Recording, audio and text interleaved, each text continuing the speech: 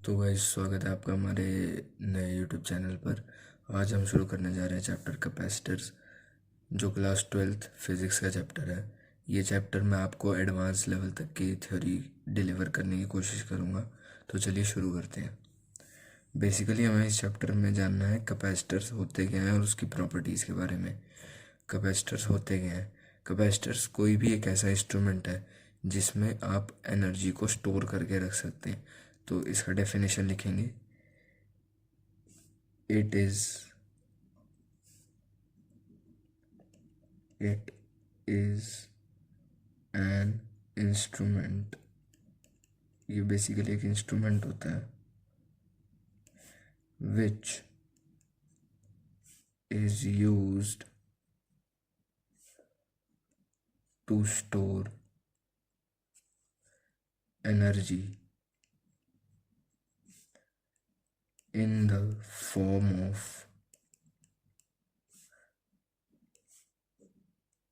potential energy।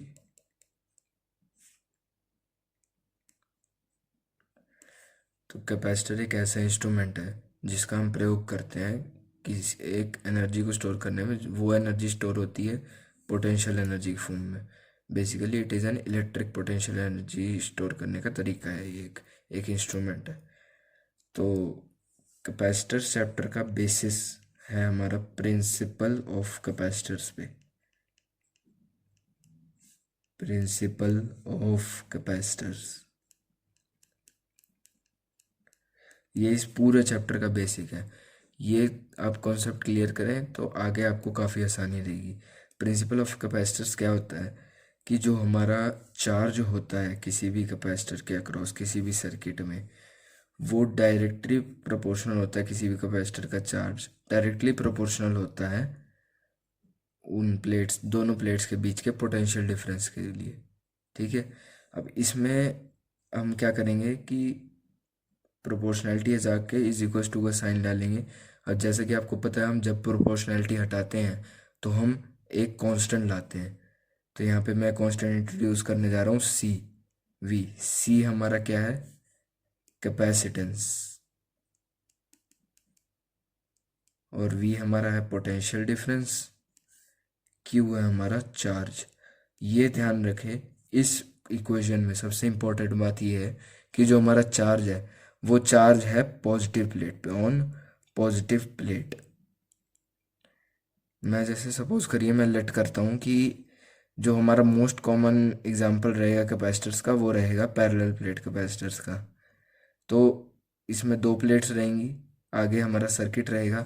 तो जो दो प्लेट्स हैं उनमें से जो पॉजिटिव प्लेट रहेगी, सपोज मैं इसको पॉजिटिव मानता हूँ और इसको नेगेटिव मानता हूँ, तो जो पॉजिटिव प्लेट है उसके चार्ज की बात कर रहे हैं हम इस इक्वेशन में। Q is equals to C V. ये आपको हमेशा याद रहना चाहिए। कैपेसिटर्स हमारे कई प्रकार के होते हैं, जैसे पैरेलल प्लेट कैपेसिटर्स, जिसकी रिप्रेजेंटेशन हम ऐसे करते हैं। इसमें क्या होता है, एक प्लेट पॉजिटिव एक प्लेट नेगेटिव रहती है। दूसरा हमारे पास रहता है स्फेरिकल कैपेसिटर्स, जिसमें इंटरनल प्लेट जो होती है, दो प्लेट होती है, इंटरनल और एक्सटर्नल होती है। आप अगर सपोज करिए इंटरनल पे पॉजिटिव चार्ज है तो इंडक्शन के थ्रू आउटर प्लेट पे इनसाइड में, मतलब उसके अंदर की तरफ नेगेटिव चार्ज रहेगा और बाहर की साइड पॉजिटिव चार्ज रहेगा। दूसरा तीसरा हमारा एक और तरह का कैपेसिटर होता है सिलेंड्रिकल कैपेसिटर। वो कुछ इस प्रकार का दिखता है। इसके भी एक सिलेंडर बाहर और एक इंटरनल प्लेट रहती है। इंटरनल पे अगर मैं लेट कर लूँ कि मैंने पॉजिटिव चार्ज रखा है तो आउटर के इनसाइड वाले सरफेस पे, आउटर प्लेट के इनसाइड सरफेस पे नेगेटिव आ जाएगा बाय इंडक्शन, जो हमने इलेक्ट्रोस्टैटिक्स चैप्टर में पढ़ा है।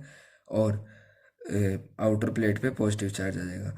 हाँ दोस्तों, एक बात का ध्यान रखें, अगर आपका इलेक्ट्रोस्टैटिक चैप्टर नहीं भी क्लियर है तो मैं उस इस चैप्टर में जहाँ भी इलेक्ट्रोस्टैटिक्स का इस्तेमाल होगा वो मैं आपको अच्छे से एक्सप्लेन कर दूंगा पहले ही। चलिए अब बढ़ते हैं अगले टॉपिक पे। अगला टॉपिक आता है हमारा कैपेसिटेंस का। कैपेसिटेंस कैपेसिटेंस आप बेसिकली ऐसे समझ सकते हैं कि कैपेसिटेंस होता है किसी भी कैपेसिटर की ताकत, उसे हम कैपेसिटेंस बोलते हैं। हम अपना प्रिंसिपल ऑफ कैपेसिटर्स की इक्वेशन को पकड़ के चलेंगे। जो कि हमारी थी Q is equals to C V. अब इसमें मैं क्या करूँगा, C को कैपेसिटेंस जैसा कि मैंने कहा था इसको आइसोलेट कर दूंगा। C is equals to V इधर डिवाइड में जाएगा तो C is equals to Q we.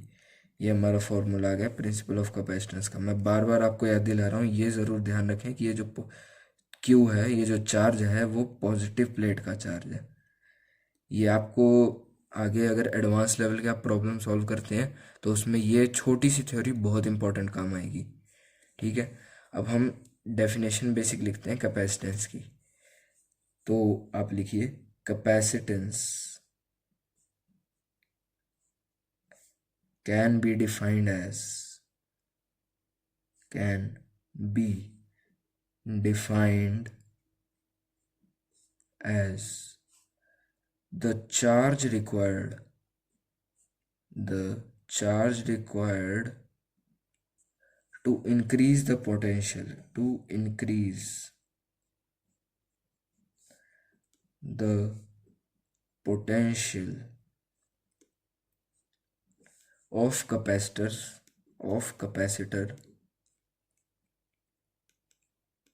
by 1 volt।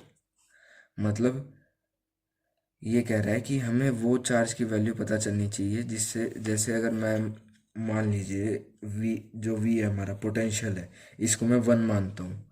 तो अगर मैं वी को 1 रखता हूँ तो हमारा सी आ जाता है क्यू के बराबर। कब? जब मैं वी को 1 वोल्ट मानता हूँ। तो यानी कि इसकी डेफिनेशन हम लिख सकते हैं, वो चार्ज जिससे कैपेसिटेंस, जो पोटेंशियल कैपेसिटेंस वो चार्ज है जिससे जो हमारा कैपेसिटर है उसका पोटेंशियल इंक्रीज हो जाए 1 वोल्ट से। ठीक है, इसकी एसआई यूनिट होती है फेराड। आप लोग अपने नोट्स में ये भी ज़रूर मेंशन कर लें कि फेराड होती है एसआई यूनिट चार्ज की। फेराड बहुत ही बड़ी यूनिट होती है। बेसिकली क्वेश्चंस में हम माइक्रो फेराड में डील करते हैं, विच इज़ 1 × 10⁻⁻⁶ फेराड। तो ये क्वेश्चन पर डिपेंड करता है आपको फेराड में दिया है माइक्रो फेराड में दिया है। अच्छा, एक और बात ध्यान रखें कि इसकी कैपेसिटेंस की वैल्यू किस किस पे डिपेंड करती है। तो आगे लिखिए see depends on first medium between the plates. जो हम दो प्लेट रखते हैं कैपेसिटर की, चाहे वो हमारा पैरेलल प्लेट कैपेसिटर हो, चाहे वो स्फेरिकल हो, चाहे सिलेंड्रिकल हो। अच्छा, इसमें एक और आता है हमारा आइसोलेटेड स्फेरिकल, जिसमें एक ही प्लेट को लेते हैं। इसके बारे में हम आगे डिस्कस करेंगे। या जैसे मतलब हमने इस पे पॉजिटिव चार्ज ले लिया, नेगेटिव ले लिया, वो क्वेश्चन में हमें दिया रहता है। तो हम चार्ज के बीच का मीडियम जो होता है उस पर कैपेसिटेंस डिपेंड करता है कैपेसिटर्स के बीच के मीडियम का। जैसे पैरेलल प्लेट लिया तो इस एरिया में हमने जो मीडियम फिल करा, जैसे आगे हम क्वेश्चंस करेंगे capacitors field with dielectric between them, इधर हमने जो फील्ड फील करा, इधर जो हमने फिल करा, तो हम वो मीडियम पे भी डिपेंड करता है। इसके बीच में है क्या, एयर है, लिक्विड है, क्या है, उस पर भी डिपेंड करता है। Second point, shape and size of the plates.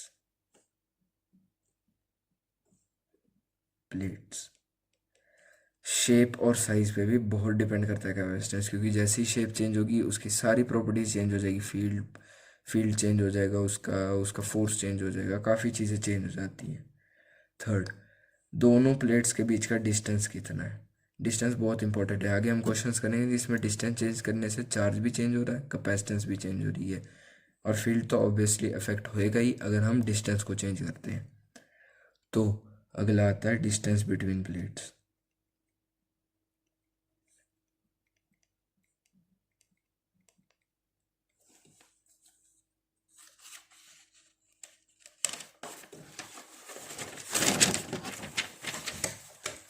And the last, fourth point, presence of any other conductor.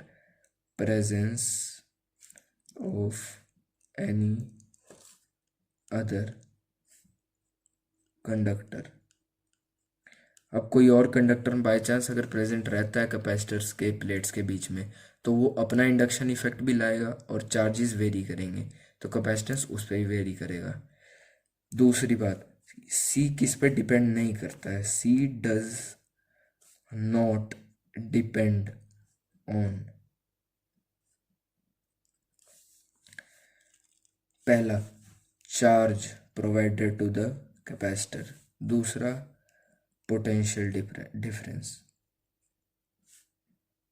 अब इधर काफ़ी बच्चे कंफ्यूज हो जाएंगे, आपको लगेगा कि जैसे हमारा जो फॉर्मूला है कैपेसिटेंस का वो है क्यू बाई वी, तो क्यू और वी पे क्यों नहीं डिपेंड करता। क्यू और वी पे इसलिए डिपेंड नहीं करता क्योंकि जो कैपेसिटेंस है वो कैपेसिटर की प्रॉपर्टी है। कैपेसिटर्स के चार्ज पे डिपेंड करेगा क्या होता है। तो मतलब बेसिकली कैपेसिटेंस जो है ना हमारा, वो एक कैपेसिटर की प्रॉपर्टी है। उसका चार्ज और पोटेंशियल से कोई लेना देना नहीं है। उसका डिपेंडेंसी है जिससे जो हमारा कैपेसिटर है वो डायरेक्टली डिपेंडेंट है। जैसे हमने पहले पढ़ा medium, shape and size, distance वगैरह, तो उस पर डिपेंड करेगा, चार्ज और पोटेंशियल पे डिपेंड नहीं करेगा, ये हमेशा ध्यान रखें। चलिए, इसके अगला टॉपिक अब हम शुरू करने जा रहे हैं हमारे अलग अलग टाइप के कैपेसिटर्स। बेसिकली जो मैंने आपको स्टार्टिंग में 4 कैपेसिटर बताए थे, parallel plate capacitor, spherical capacitor और सिलेंड्रिकल कैपेसिटर और अपना isolated spherical capacitor, most of the question उसी से डील हो जाते हैं। तो हम एक एक करके उनके बारे में डिस्कस करेंगे और उनकी इंपॉर्टेंट डेरिवेशंस भी करेंगे। पहला हम पढ़ते हैं capacitance on isolated spherical capacitor. अब देखिए, आइसोलेटेड स्फेरिकल कैपेसिटर क्या होता है। इसमें हमारे पास एक स्फीयर होता है जिसकी सिंगुलर प्लेट रहती है, उसके इंटरनल और एक्सटर्नल में कुछ नहीं रहता है, और ये एक आइसोलेटेड सिस्टम के अंदर रहता है। तो हम इस डेरिवेशन में अज्यूम करेंगे कि हमने स्फेरिकल कैपेसिटर को पॉजिटिव चार्ज प्रोवाइड करा है। अब क्योंकि एक आइसोलेटेड सिस्टम है तो इसके आसपास तो कुछ नहीं है, लेकिन इंडक्शन भी अपना इफेक्ट दिखाएगा इस कैपेसिटर का। तो हम ये मानते हैं कि कहीं दूर इन्फिनिटी पे जाके, R is equal to infinity पे इसका नेगेटिव पोटेंशियल भी आएगा, वी नेगेटिव। ये कहाँ पे रहेगा आपका, ये इन्फिनिटी पे आएगा। तो इन्फिनिटी पे कोई चीज़ है तो हम उसको ज़ीरो मान सकते हैं, तो हमने वही ज़ीरो मान लिया नेगेटिव पोटेंशियल को, और अपना पॉजिटिव पोटेंशियल हो गया वी। ओके, और इसका रेडियस हम मान के चलते हैं आर। तो अब वैल्यूज़ पुट करना शुरू करते हैं। जैसे कि हमने देखा है कि कैपेसिटेंस का फॉर्मूला होता है C is equals to Q by V. तो C is equals to Q by V, मैं वैल्यू पुट करता हूँ। ये वी एक्चुअली है क्या, वी हमारा पोटेंशियल डिफरेंस है दोनों प्लेट्स के बीच में। तो अब हमारे पास तो एक ही प्लेट है, तो हम यहाँ पे वी भी मान सकते हैं, बट इसकी एक्चुअल डेफिनेशन देखें तो V positive minus V negative होता है। अब वी नेगेटिव तो हमारा ज़ीरो है, तो हम डायरेक्टली यहाँ पुट कर देंगे क्यू अपॉन वी। अब हमने इलेक्ट्रोस्टैटिक का एक कॉन्सेप्ट यहाँ आएगा कि हमने इलेक्ट्रोस्टैटिक्स में पढ़ा था कि एक स्फेरिकल ऑब्जेक्ट के, एक स्फेरिकल एलिमेंट के जो फील्ड होती है वो होती है, जो हमारा पोटेंशियल होता है, सॉरी, पोटेंशियल जो होता है एक स्फेरिकल ऑब्जेक्ट का, वो हम डिफाइन करते हैं के क्यू बाय आर। इसमें ज़्यादा दिमाग लगाने की कोई भी ज़रूरत नहीं है, आपको बस ये फॉर्मूला याद रखना है, के क्यू बाय आर। के तो हमें पता ही है कूलम्बिक कांस्टेंट, क्यू चार्ज रहेगा उस ऑब्जेक्ट पे, यहाँ पे हमारा स्फेरिकल कैपेसिटर पॉजिटिव चार्ज है तो हम प्लस क्यू लेके चलेंगे, आर रहेगा उसका रेडियस। तो अब हम वी की वैल्यू यहाँ पुट कर देते हैं।